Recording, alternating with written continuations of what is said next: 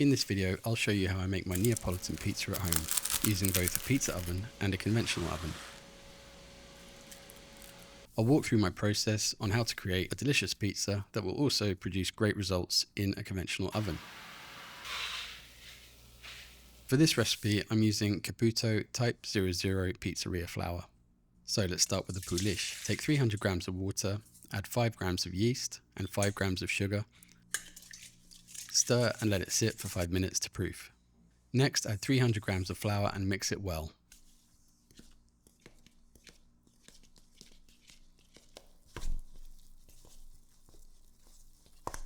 Cover it with cling film and let the mixture rest at room temperature for an hour, then refrigerate for 16 to 24 hours. After 16 to 24 hours, add 245 grams of water to the Poolish and stir until mostly dissolved. Take 480 grams of flour and add half of it to the mixture. Add 15 grams of salt and mix. Then incorporate the remainder of the flour. Stir it until it forms a shaggy dough and then pour it out of the bowl and knead it until all flour has been incorporated.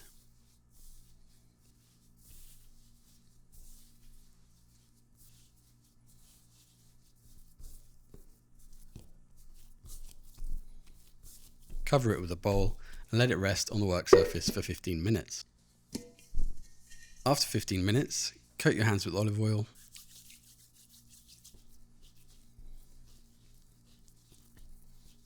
Lift the dough in the center, letting it droop and fold in half, making sure to always keep the center point facing up to the ceiling. Now rotate 90 degrees and repeat this folding process for 10 minutes or until the dough is sticky, semi-smooth with visible gluten lines. Next, gently and gradually tuck the edges into the center, forming a balloon.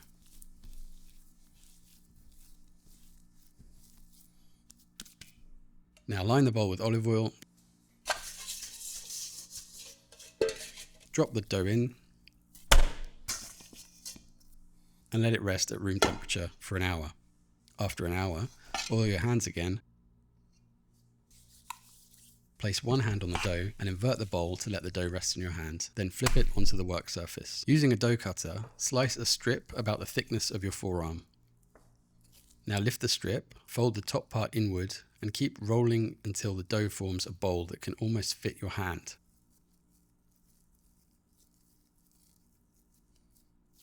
It should weigh roughly 250 to 300 grams.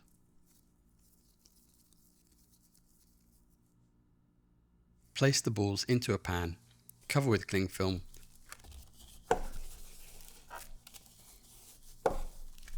and let them proof for 2 hours. For the tomato base, add a can of chopped tomatoes, a teaspoon of salt, a handful of torn fresh basil leaves, and I like to add a tablespoon of olive oil, although this isn't necessary. Mix everything in a bowl, and if you've chosen to add oil, mix it long enough to incorporate the oil into the sauce. If you're using fresh mozzarella, it's a good idea to dry it out for a couple of hours before using it. For a pizza oven, you just need to preheat it, in my case for 15 minutes. But for a conventional oven, place a pizza stone in the oven and preheat it on its maximum temperature for 1 hour. Press the dough in the center to degas it, keeping a nice margin for the crust. Pop any large thin bubbles you see in the dough, because they'll only turn black when they cook. Next, secure the dough with one hand and gently stretch the dough with the other. Then flip up, rotate a small amount, flip the dough back down onto the work surface, repeating the process. Try to keep an eye on where the dough thickness is uneven and stretch those thicker parts until you have a more or less uniform thickness across the base.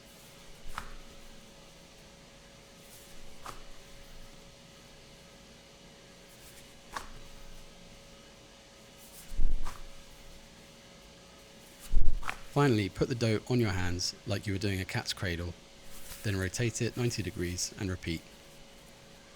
Slap the dough back onto the work surface and arrange into a perfect circle if needed.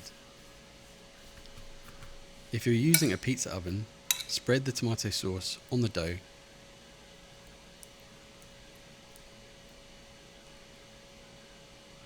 Add Parmesan, and then finally mozzarella. Now, if you think your pizza is sticking to the worktop, add flour under the pizza and to your pizza peel. Then lift one side of the pizza and slide the peel in with one fluid, unhesitant motion.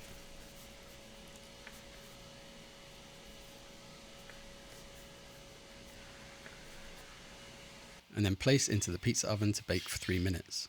If you're using a conventional oven, spread tomato sauce on the dough, slide it into the oven, maybe not the same way I did, I made a bit of a mess with this one, and bake until the base is very slightly golden. This should take around 6 to 8 minutes. Remove it from the oven, then add Parmesan and Mozzarella, and return to the oven for 7 to 10 minutes. And now for the results.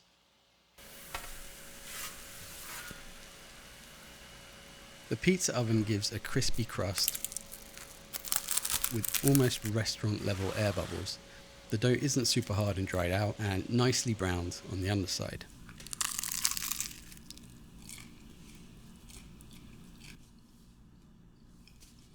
The conventional oven, I will admit, gives a harder, drier crust.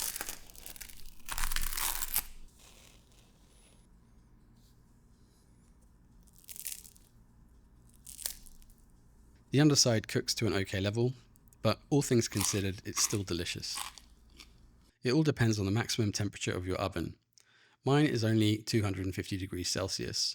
If your oven can go to higher temperatures, you'll find it will most likely be less dry with more similar results to the pizza oven.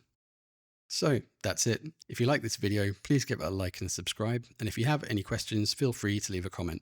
It really helps to get the video out there to the people that want to see it. As always, there'll be more culinary adventures to come. But until then, I'll see you in the next one.